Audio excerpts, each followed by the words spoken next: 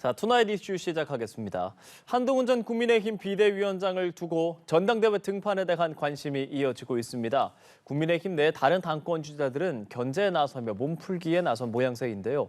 한편 오늘 22대 국회 전반기 국회의장 후보로 우원식 더불어민주당 의원이 선출됐습니다. 추미애 당선인의 승리를 예상하는 목소리가 컸던 만큼 이변이라는 얘기도 나오는데요. 오늘 두 분과 함께 이야기 나눠보겠습니다. 김현주 시사평론가, 이승훈 변호사 자리하셨습니다. 안녕하십니까? 안녕하세요. 예, 키워드별로 알아보겠습니다. 오늘 첫 번째 키워드 화면으로 보여주시죠.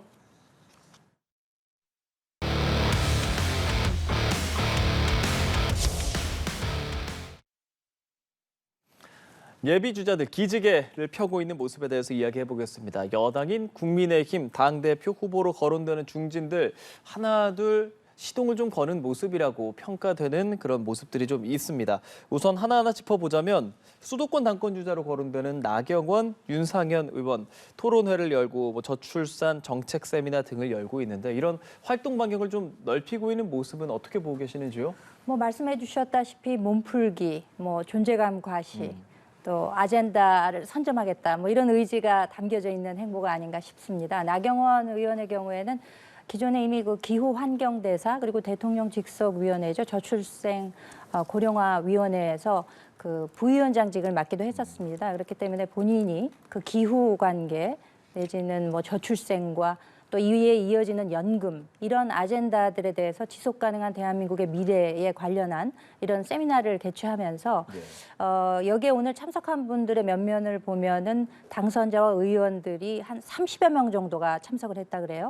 그럼 어떻게 보면 이제 세과시의 측면도 있는 것이고 그렇기 때문에 이제 본인이 자신 있는 어떤 큰 정치의 밑그림을 그리는 정치인으로서의 입지 이런 것까지를 감안해서 이런 세미나를 개최한 것이 아닌가라는 생각이 들고 윤상현 의원의 경우도 역시 이제 수도권 인천이 지역구 아니겠습니까? 예. 이제 이분은 보수 재건이라는 이런 주제를 가지고 세미나를 벌써 4차례나 개최를 했습니다. 40 총선 이후에. 그러니까 지금 현재 국민의힘 분위기에 대해서 어떻게 묘사를 했느냐 하면은 공동묘지의 평화다. 이런 색다른 표현을 썼어요. 지금 참패 이후에 이처럼 조용해서야 되겠느냐라는 이런 뜻이 담겨져 있는 거 아니겠습니까?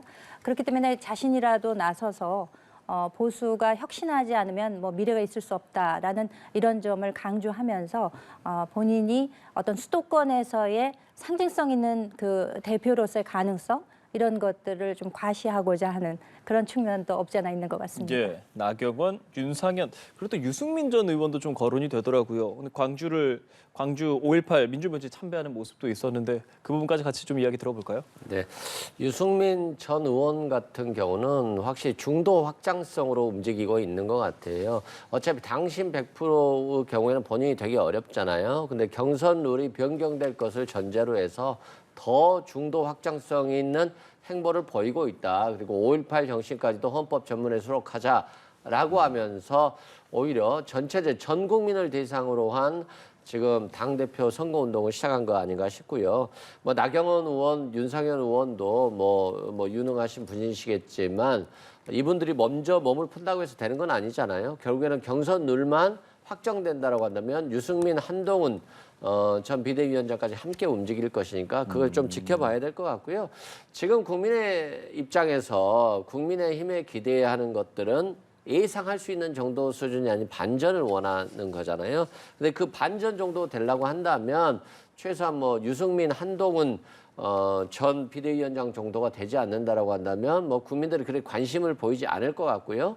앞으로 경선이 이제 본격적으로 시작됐을 때 이들이 어떻게 지금 문제된 국민의힘의 문제들을 해결할 것인가 그리고 용산 대통령실과의 관계에 대해서 수직적 관계가 아닌 수평적 관계를 가질 것인가 그리고 윤석열 대통령이 잘못된 길을 갔을 때 누가 이 브레이크를 걸어줄 수 있을 것인가 라고 봤을 때는 지금 현재로서는 유승민, 한동훈 정도밖에 보이지 않는다. 그럼 국민들도 그렇게 판단하지 않을까 싶고요.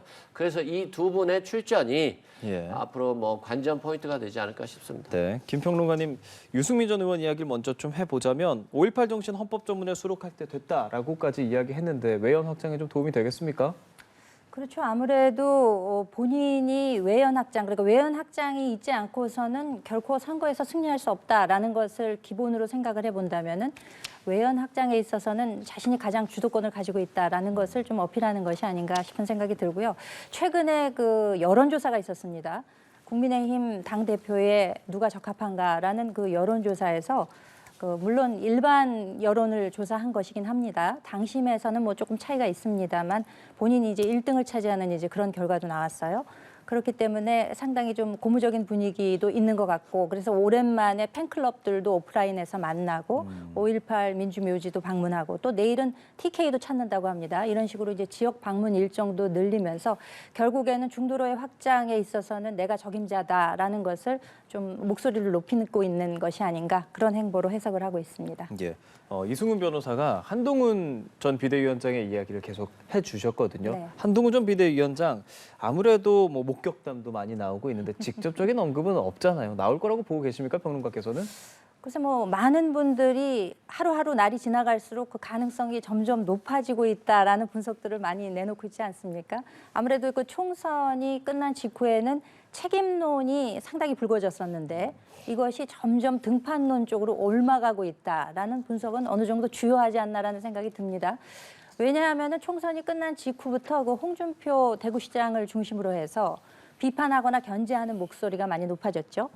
아무 말도 하지 않았으면 아무 일도 일어나지 않았을지도 모르는데 때릴수록 커진다고 한동훈 전 비대위원장에 대한 그 존재감이 자꾸 커지면서 그 어떤 분 그런 말씀하시더라고요. 핍박받는 서사를 우리나라 국민들이 좋아하는데 상당히 이런 비판의 목소리를 집중적 포화를 받으면서 오히려 몸값을 키워주고 있는 것이 아니냐, 이런 분석도 있거든요. 그리고 이제 정치권에서 특히 어떤 인사가 굉장히 좀 영향력이 있는 위치에 오르게 되면 본인의 거취를 본인 마음대로 결정할 수 없는 그런 상황이 옵니다. 그러니까 한동훈 비대위원장이 작년 연말에 비대위원장직을 수락하고 나서 정치권에 몸담고 나서 관훈 토론회에서도 그런 얘기를 한번 한 적이 있어요. 앞으로 제 미래가 좀 꼬이지 않겠습니까? 그런 얘기를 한 적이 있는데 이제 그게 뭐 애들로 표현한 것이겠습니다만 국민이 부르면 나오지 않고는 못 베긴다라는 취지의 이야기를 오늘 뭐 장동혁 대변인도 하기도 했었어요. 측근이라고 분류되는 분이죠. 이런 식으로 좀 측근들 속에서도 이 조금 다른 목소리들, 등판론에 힘을 싣는 목소리들이 좀 나오고 있기 때문에 결과적으로는 한동훈 비대위원장이 등판을 하게 되지 않을까. 예, 저도 조심스럽게 한 표를 던지겠습니다. 장동욱 의원의 이야기를 좀 빌려서 말씀해 주셨잖아요. 거기서 말하는 좀 민심이 부르면이라고 말하는 게 대중적인 민심뿐 아니라 당 내에서 당원들의 의견도 한동훈 전 비대위원장의 출마를 좀 상당히 원하고 있다라고 보고 계십니까? 그렇죠. 그 지지층이 상당한 것은 뭐 여론조사의 결과를 통해서도 나타나고 있지 않습니까? 당원들을 중심으로 해서 여론조사를 해보게 되면 지금 다른 후보군에 비해서 압도적으로 높은 지지율이 지금 나타나고 있습니다. 그렇기 때문에 사실 민심이 부르게 되면 거부할 방법도 없다. 그렇기 때문에 지금 현재 그 목소리가 점점 높아지고 있는 것으로 봐서는 한동훈 비대위원장도 그에 부응하지 않을까. 그리고 본인이 인재 영입했던 분들과 상당히 의사소통을 하고 있다 그래요. 그러니까 뭐 전당대회 간에서 구체적으로 이야기는 하지 않더라도 어떻게 하면 당이 그 수도권에서 조금 재건이 가능할까, 이런 이야기들은 하고 있다는 걸로 봐서는 좀 등판의 무게를 싣고 있는 것이 아닌가, 그런 생각이 듭니다. 한동훈 전 비대위원장을 두고 긍정적인 평도 있고 또 때리는 세력도 있고 국민의힘 안에서도 다양한 의견들이 좀 섞여 나오고 있는데 출마 가능성은 높다고 보고 계십니까, 변호사께서도? 뭐 저도 출마 가능성이 높다고 봐요. 예. 왜 그러냐면 지금 안 나오면 기회가 없을 것 같아요. 뭐 특별한 선거가 없잖아요. 그리고 또 뭐 보궐선거가 있을지는 모르겠어요. 그렇지만 그 보궐선거에서 또 한동훈 전 비대위원장이 공천을 받을 수 있을지도 모르거든요. 지금 윤석열 대통령과 각을 세우고 있는 상황이기 때문에, 그래서 한동훈 전 비대위원장이 지금이 아니면 안 될 거라고 하는 좀 심리적인 좀 초조함도 있을 것 같고요. 다만 한동훈 전 비대위원장이 됐을 때 윤석열 대통령과의 각을 어떻게 세울 것인가. 지금 대통령이 변한다라고 한다면 대통령과 그냥 편하게 같이 가면 되겠지만 대통령이 이번 검찰 인사에서 봤듯이 변하기는 좀 어렵다고 보고, 그러면 윤석열 대통령과의 각을 세우면서 가야 되는데 그 부담감을 이겨낼 수 있을지도 조금은 본인이 고민을 하고 있을 것 같고요. 또 홍준표 지금 대구시장이 좀 심한 말을 하긴 합니다만 또 들어야 될 말도 있거든요. 예를 들어서 한동훈 전 비대위원장이 셀카놀이나 했다 이런 말을 하는데 그건 뭐냐면 검찰에서 수사하던 그 시절이 아니라 정치권에 들어왔으면 정치인의 언어로서 정치를 해야 되는 것인데 그 검찰의 모습에서 벗어날 수 있느냐. 국민들께서 윤석열 대통령이 검찰총장에서 보여줬던 모습과 지금 대통령의 모습에 대해서 너무 달라졌기 때문에 여기에 대해서 실망을 하고 있잖아요. 그러면 한동훈 전 비대위원장도 그 실망스러운 검찰의 모습에서 좀 벗어나서 새로운 리더로서 정치인이 될 수 있는가도 또 한동훈 전 비대위원장의 또 중요한 포인트 같습니다. 그럼 이것까지 여쭤볼게요.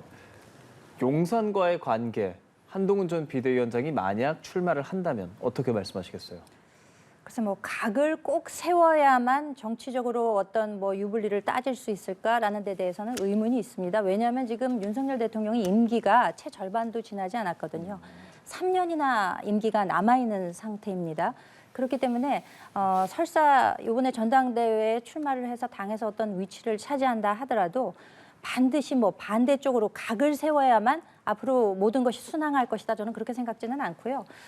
대통령께서도 뭐 시기는 정해지지 않았지만 이번 기자회견을 통해서도 20년 동안 이어온 교분이 한순간에 어떻게 되지는 않는다라는 취지의 말씀을 하셨기 때문에 어떤 방식으로든지 서로 간에 뭐 조율을 하고 뭐 만약에 수직적인 관계였다면 이것을 보다 수평적인 방향으로는 이어갈 수 있겠지만 반드시 반대 방향으로 가려는 그런 의지를 가져서는 그게 반드시 올바를까라는 의문은 남습니다. 알겠습니다. 지금 국민의힘 전당대회 뭐 아직 시기나 경선 룰 등이 정해지지도 않은 상황이기 때문에 조금 더 지켜보도록 하겠습니다. 저희 첫 번째 키워드 여기서 마무리 짓도록 하겠고요. 다음 주제로 넘어가 보죠.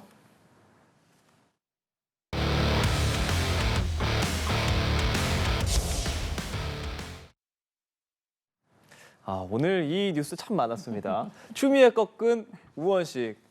야당 그러니까 22대 민주당에서 국회의장 후보로 나오게 되는 우원식 의원이 선출이 됐는데 추미애 당선인이 경선에서 좀 패배를 했고 언론의 대부분, 언론뿐 아니라 이제 만나는 사람들마다 이럴 줄 몰랐다라는 평이 많은데 변호사께서도 이럴 줄 몰랐습니까? 변수는 있을 수 있다고 생각을 했어요. 예. 그런데 너무나도 당심이 추미애 전 장관에게 몰려갔기 때문에 정말 저렇게 되는 거야? 라고 하는 생각과 또 언론에서도 예. 좀 프레임이 걸렸던 것 같아요. 추미애 전 장관이 국회의장이 오히려 될 거라는 전자에서 기사를 많이 쓰다 보니까 좀 착시 현상이 있었던 것 같은데 사실상 대통령실이나 국민의힘 입장에서 보면 오히려 추미애 전 장관이 편한 상대일 수도 있거든요. 서로 간에 각을 세우면서 싸우다 보면 국민의 민심이 어디로 흐를지 모르기 때문에 오히려 추미애 장관이 편했을지도 모르겠습니다만 우원식 지금 의원 같은 경우는 상당히 좀 생각이 깊으시고 합리적이고 또 때로는 굉장히 세게 몰아붙일 때는 세게 분이시거든요. 그래서 오히려 더 까다로운 국민의힘 입장에서 보면 까다로운 상태가 될 수 있다 이런 말씀 드리고요. 또 추미애 국회의원들이 이제 표를 던지는 거잖아요. 예전처럼 국회의원들의 경우에는 당원들이 투표를 하기 때문에 당심에 굉장히 많은 영향을 받지만 국회의장은 국회의원들이 선출하는 것이기 때문에 아무래도 당심의 영향에서 좀 덜 간 것 같다. 그리고 좀 명심이 뭐 명확하지는 않았던 것 같아요. 뭐 명심이 꼭 추미애 전 장관을 밀었다라고 보기는 어려울 것 같고요. 오히려 뭐 우원식 의원과도 형님 동생 하면서 이재명 대표와 지내는 분이기 때문에 뭐 찐명 대결이다. 뭐 한 명은 찐명이고 비명의 문제가 아니었기 때문에 저는 이게 뭐 특별한 이변은 아닙니다만 다만 민주당이 그 누군가를 상황에 따라서는 변화를 선택할 수 있다는 측면에서는 또 뭐 좋았던 것 같습니다. 이 기사들을 어떻게 보셨었어요, 평론가께서는 결과를? 형님 동생이 있다면은 누님 동생도 있는 거 아니겠습니까? 무서운 누나다 이렇게 자칭으로 하시기도 했었는데 근데 뭐 파란과 이변은 분명하게 맞는 것 같습니다. 왜냐하면 어이추라는 말이 있었잖아요. 어차피 의장은 추미애다 이렇게 명심은 추미애 이렇게 이퀄로 연결이 되면서 당연히 추미애 후보자가 될 것이다라고 많은 분들이 생각을 하셨을 텐데 뜻밖의 결과에 접했기 때문에 이변이다, 파란이다 이런 분석들이 나오는 거 아니겠습니까? 예. 뭐 원인이야 뭐 여러 가지가 있겠습니다만 일단은 그런 이야기들이 많죠. 추미애 후보가 가지고 있는 그 예측 불가능성, 좀 이렇게 좌충우돌하는 행태, 그러니까 추운 갈등설로 보수의 어머니다라는 그런 명칭까지 얻지 않았습니까?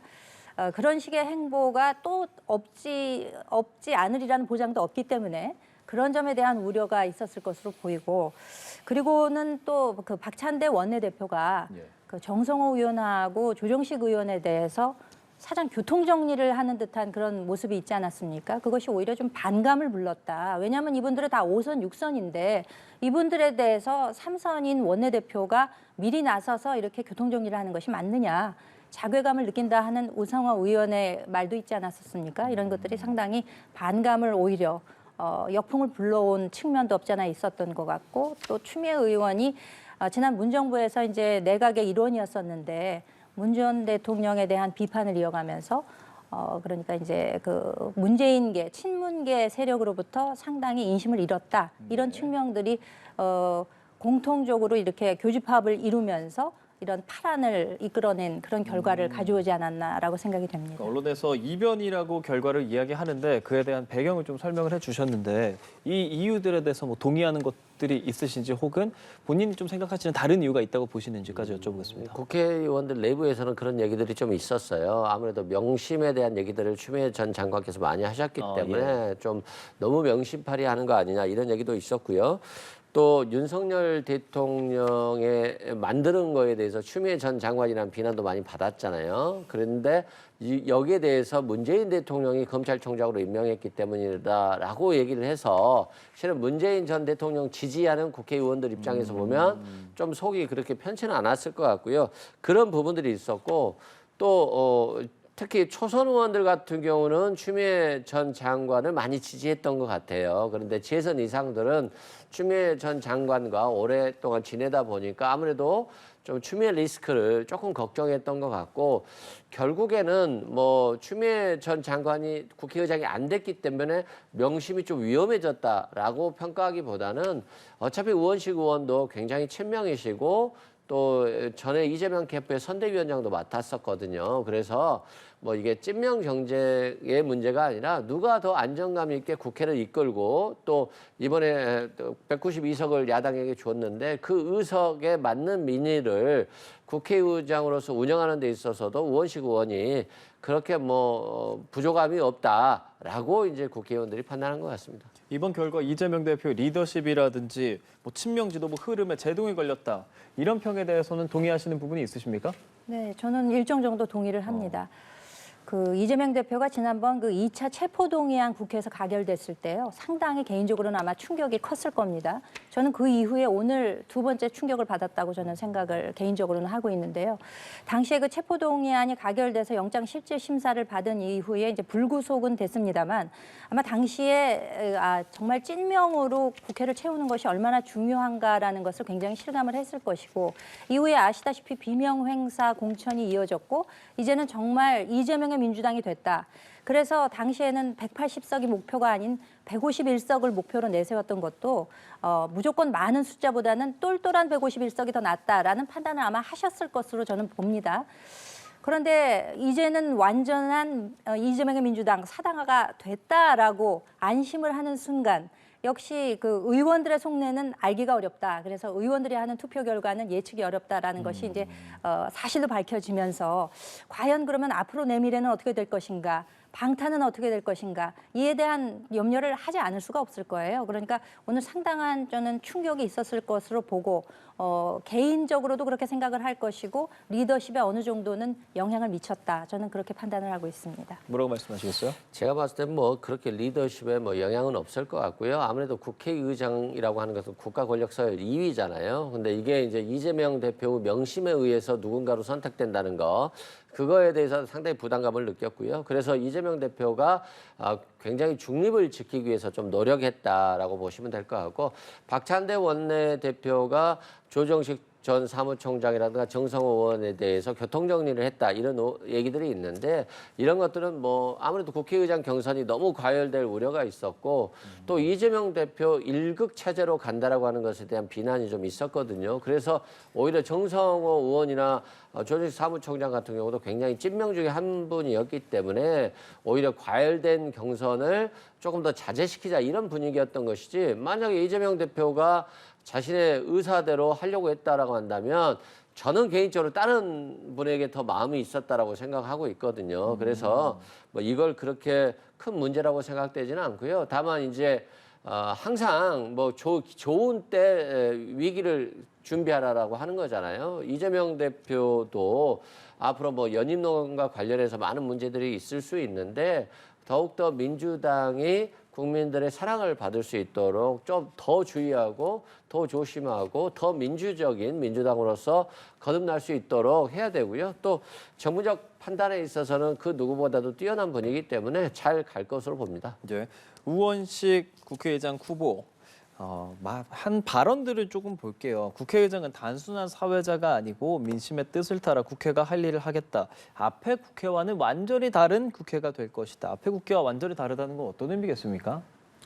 그러니까 이제 이분도 친명으로 분류되는 분이기도 하고 이를테면 추미애 그 당선자처럼 선명하게 중립기원은 내버려라라는 식으로 이야기는 안 하셨지만 결국 의장이 사회자는 아니다. 그리고 중립이 몰가치를 의미하는 것은 아니다라는 이야기에서 이제 어느 방식으로 가게 될지는 어느 정도 예상이 되는 거 아니겠습니까? 그리고 오늘 그 추미애 당선자가 국회의장 후보자가 되지 않음으로 인해서 강성 지지층에서는 상당한 지금 반감이 일고 비판적인 목소리가 게시판에도 나오고 있다 그래요. 그러면은 그 강성 지지층 눈치도 보지 않을 수가 없는 거 아니겠습니까? 당초 4파전에서 2파전으로 줄어들 당시에도 후보 사퇴하라라는 이야기가 많이 나왔었고 심지어는 수박이라는 이야기도 나왔었는데 오늘 후보자로 선정이 된 이후에도 사퇴하라라는 이야기가 지금 나오고 있는 거거든요. 그렇게 되면은 이런 강성 지지층의 목소리를 담아내지 않을 도리가 없는 것이고 그렇게 된다면은 어떻게 보면 더 강성 드라이브를 좀 걸 수밖에는 없을 것이다. 그래서 어느 정도는 뭐 기계적 중립 같은 거는 기대하기가 어렵고 민주당이 원하는 방향으로 좀 몰고 가지 않을까라는 생각을 해봅니다. 네. 어떻게 예상해 볼 수 있을까요? 22대를. 저는 그래요. 지금 국민들이 왜 민주당에 많은 의석을 줬나 그리고 야권에 192석을 줬잖아요. 그건 뭐냐면 윤석열 정부가 뭔가 공감 있는 정치를 안 한다는 데 중점이 있거든요. 이태원 참사 엄청난 국민들의 생명을 앗아갔습니다만 여기에 대한 진실 발견에 좀 소홀히 했어요. 그리고 최상병 사건도 이렇게 수사를 통해서 의혹을 진실을 밝혔다라고 한다면 금방 끝날 수 있는 문제였을지 모르겠습니다만 그 진실을 발견하는 데 있어서 대통령실이 자꾸 개입하고 압력을 넣어서 뭔가 수사를 방해한 듯한 모습을 충분히 보여줬거든요. 그렇기 때문에 국민들은 왜 윤석열 정부는 공정과 상식을 주장했습니다만 국민의 공감하지 못할까라고 하는 것이 있었기 때문에 또 마지막으로 말씀드리면 김건희 특검도 자신의 가족에 대한 문제잖아요. 그 가족에 대한 문제도 거부를 했기 때문에 이런 부분들이 부족했다. 그래서 국회의장이라고 하는 게 그냥 형식적으로 나는 중립이고 그래서 너희들 합의해와가 아니라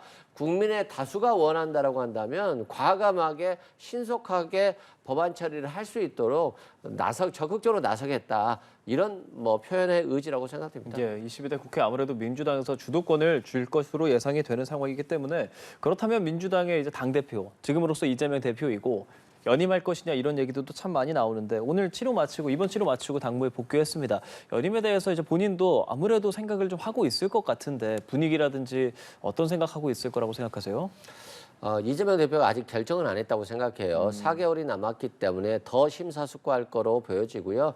워낙 정무적 판단을 잘 하시는 분이기 때문에 이 4개월 동안 본인이 당대표를 연임을 통해서 민주당을 어떻게 이끌어 보겠다. 그리고 윤석열 정부를 견제하고 차기 정부 창출에 노력해 보겠다라고 하는 어떤 의지가 있다라고 한다면 연임을 할 것으로 보여지고 또 연임을 했을 때 국민들이 우려하는 부분도 있을 수 있거든요. 오히려 차기 대선에 있어서 좀 어려운 위치에 있을 수 있고 자기만의 대선을 위한 준비할 시간이 부족할 수도 있다. 이런 여러 가지 그 참모진들의 의견이 있어요. 결국 그 선택을 하겠습니다만 저는 개인적으로 봤을 때 어차피 지금 192석을 대표하는 야당의 주자가 돼버렸고 또 만약에 지금 뭐 당대표를 안 한다고 했을 때 당이 이재명 대표의 말이 아닌 다른 리더를 통해서 이끌어갈 수 있을까에 대해서는 저는 굉장히 의문이 있거든요. 그래서 괜히 뭐 상황 정치한다, 뭐 수렴 정치한다 이런 말을 듣는 것보다는 본인이 소신 있게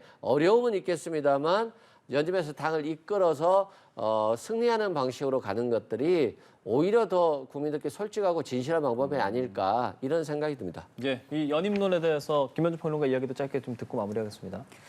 추미애 후보자가 민심이 당심이고 당심이 명심이다라고 말씀을 하셨지만 그게 아니라는 게 이제 오늘 결과로서 밝혀졌죠. 그리고 민주당이 70년 전통의 역사가 있는 민주정당인데 그래도 최소한의 민주의 불씨를 봤다라는 차원에서 저는 평가를 하겠습니다.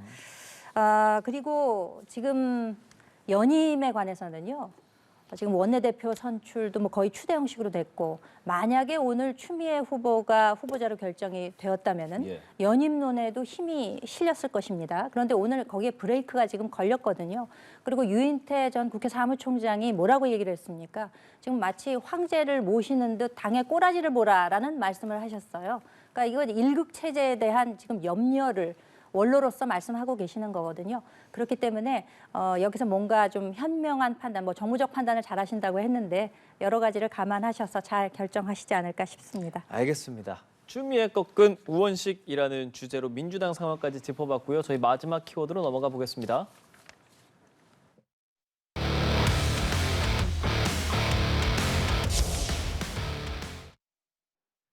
자, 5개월 만에 공개 석상에 선 김건희 여사입니다. 오늘 캄보디아 정상 이제 부부와 오찬 회동을 하는 그런 모습에 이제 참석을 했는데 어떻게 보셨어요? 바로 여쭤볼게요.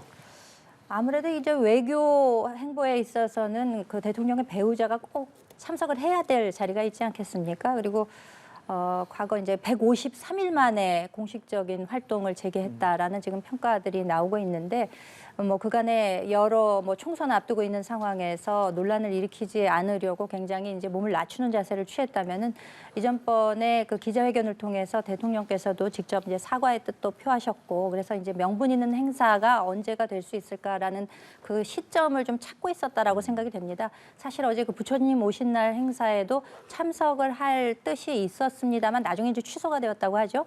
오늘 또 특히 그 캄보디아 총리 내외가 이제 방한을 했는데 캄보디아의 경우에는 개인적인 인연도 있죠. 그 캄보디아의 심장병 어린이를 우리나라에서 이제 아산병원에서 수술을 해서 치료를 해준 그런 경험도 있고 개인적인 연도 있기 때문에 아무래도 그 대통령의 배우자로서 공식적인 뭐 오찬 활동 이런 것들을 이어간 것이 아닌가 그렇게 평가를 하겠습니다. 예. 공개 석상에 선 건데 취임 2주년 기자회견에서 사실 윤석열 대통령이 김건희 여사에 대해서 언급을 했고 당시 사과라는 이제 표현도 썼기 때문에 그것이 배경이 돼서 이제 어느 정도 좀 명분이 마련된 것인가라는 해석들도 좀 나오는데 적절했다고 보십니까? 153일 만에 공개 석상? 그러니까 사과를 통해서 국민들이 명분을 만들었다라고 생각을 안 하시겠죠, 아마도. 왜 그러냐면 사과를 하면 그 사과의 진정성을 보여주기 위해서 후속 조치를 취해야 되는 거잖아요. 근데 지금 검찰총장이 신속하게 김건희 여사에 대한 수사를 한다고 했더니 지휘부를 바꿔버렸잖아요. 그러면 이게 신속한 수사가 아니라 김건희 여사를 소환하지 말라라고 하는 메시지로 볼 수밖에 없기 때문에 명분은 마련되지 못했다.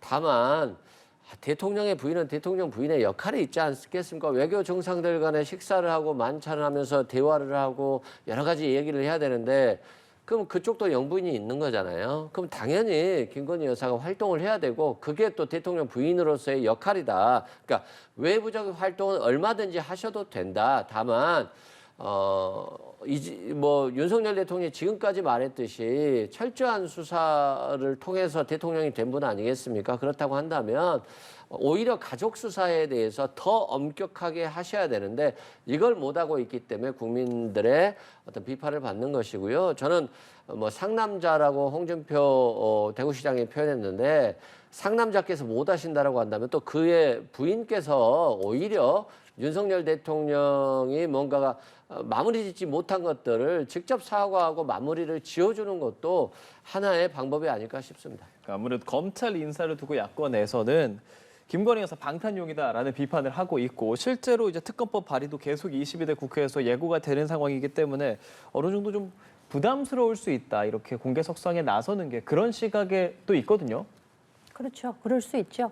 그리고 요번에 이제 간부급 검찰 인사가 있었기 때문에 이거를 또 민주당 측에서는 오비 일학적 측면에서 관찰을 하면서 이것이 마치 수사에 어떤 영향력을 미치려는 것으로 이제 보는 것으로 저는 알고 있습니다만 지금 중간 간부 인사들도 빠르게 1, 2주 안에 이제 마무리가 된다고 하죠. 이창수 서울중앙지검장의 경우에도 수사는 수사이니만큼 신속하게 하겠다. 원론적인 입장을 밝혔고 수사라는 게 결국 뭐냐. 죄가 있으면 있다, 없으면 없다라고 밝혀내면 그뿐이다라는 이야기를 했기 때문에 원론적인 차원에서 한 이야기뿐만 아니라 이분이 굉장히 수사에 정통하고 잘하는 것으로 좀 이름이 있는 분입니다. 그렇기 때문에 이제까지 그 이원석 검찰총장이 수사의 의지를 밝힌 만큼 검찰 인사가 있다 하더라도 수사는 아마 제대로 속도감 있게 진행이 될 것이라고 저는 생각을 합니다. 언급을 해주셨습니다. 이창수 신임 서울중앙지검장 오늘 출근길에 한 발언.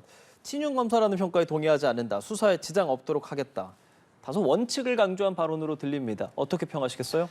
친윤 검사에 동의할 검사들이 없겠죠. 그렇지만 친윤이라고 보면 될 것 같고요. 수사에 지장이 없도록 하겠다라고 했을 뿐이지 소신 있게 엄중하게 신속하게 처리하겠다 이런 취지의 발언은 없었거든요. 그래서 그냥 원론적인 수사에 방해가 없이 하겠다라는 정도 수준이라고 보면 될 것 같고 이원석 검찰총장이 5월 말까지 수사를 좀 마무리 지어보겠다라고 하는 얘기를 했어요. 그러면 한 2주만 인사를 미뤘다라고 한다면 수사가 끝나서 국민들께 발표할 수 있었을 건데 지금 인사만 해도 2주가 걸릴 것 같아요. 그래서 대통령실에서 김건희 여사에 대한 수사를 방해할 목적으로 검찰 인사를 한 게 아니냐 이게 설득력이 있다라고 보여집니다. 알겠습니다. 두 분께 한 가지 주제에 대해서 더 의견을 좀 듣고 싶어서 각각 한 1분 정도 드릴 수 있을 것 같아요. 해병 특검법 두고 아무래도 좀 여야 지금 대립도 이어지고 있는 상황이고 국민의힘 안에서는 이탈표 얘기도 혹시 모른다 이런 얘기 나오고 아무래도 좀 안철수 의원이 공개적으로 좀 발언도 한 부분도 있기 때문에 지금 좀 분위기라든지 상황 어떻게 보고 계시는지요? 글쎄 이탈표가 상당수 나와야 되는 지금 구조기 때문에 그렇게 만약에 제2요구권이 행사된다 하더라도 재표결에 들어갔을 때 그렇게 이탈표가 부결이 될 정도로 많이 나오지는 않을 것이다. 저는 이제 그렇게 판단을 하고 있습니다만 어쨌거나 지금은 정부로 지금 그 특검법이 넘어가 있는 상태이기 때문에 15일 안에 제2요구권을 이제 발의를 할지 어떻게 될지 좀 지켜봐야 되지 않을까. 이에 대해서 여전히 박찬대 원내대표 등은 압박적 요소로 여러 가지 촉구들을 하고 있습니다만 결과적으로 행정부에서 판단을 잘 하지 않을까라고 생각이 됩니다. 네, 이승훈 변호사의 의견까지 듣겠습니다. 네, 저는 해병 특검법에 대해서 통과를 국민의힘에서는 안 시킬 것으로 보여지고요. 그렇습니다. 오늘 추미애 전 장관이 아니라 우원식 의원이 되면서 뭔가 반전이나 이변을 통해서 국민들께 뭔가 느낌을 주잖아요. 새로운 느낌들. 그런데 이 해병대 특검도 대통령이 또는 국민의힘이 먼저 앞서가지 않으면은 대통령실도 안 변하고 국민의힘도 안 변하는 거거든요. 그러면 국민께 감동은 없다. 그렇기 때문에 저는 감동을 주는 또 공감하는 정치가 지금 22대 국회에서는 꼭 이루어졌으면 좋겠다 이런 말씀드립니다. 알겠습니다. 오늘 투나잇 이슈 3가지 주제 함께 짚어봤습니다. 지금까지 김현주 시사평론가 이승훈 변호사 두 분과 함께했습니다. 오늘도 잘 들었습니다. 조심하십시오.